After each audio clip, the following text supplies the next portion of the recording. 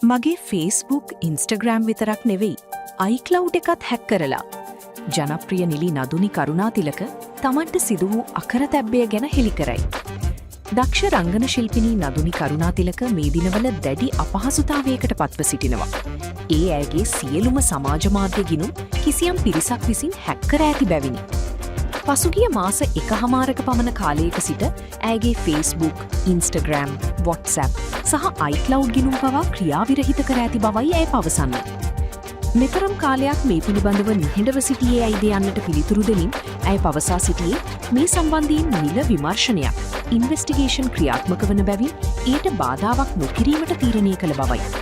කෙසේ වෙතත් තවමත් ඇයගේ ගිණුම් යථා තත්ත්වයට පත් කර ගැනීමට හැකි වී නැහැ.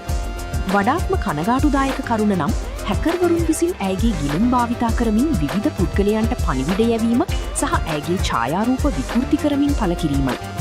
මේ හේතුවෙන් නදුනි පමණක් නොව ඇයගේ හිතවතුන් පවා දැඩි අපහසුතාවයට පත්ව තිබෙනවා.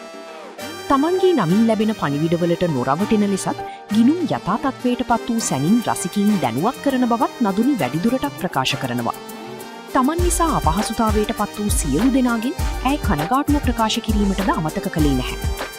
මෙවැනි සයිබර් අපරාධ ගැන ඔබ මොකද හිතන්නේ? ඔබේ අදහස පහලින් කොමෙන්ට් කරන්න. පුවත් ලෝකයේ අලුත්ම තොරතුරු දැනගන්න අපව සබ්ස්ක්‍රයිබ් කරන්න.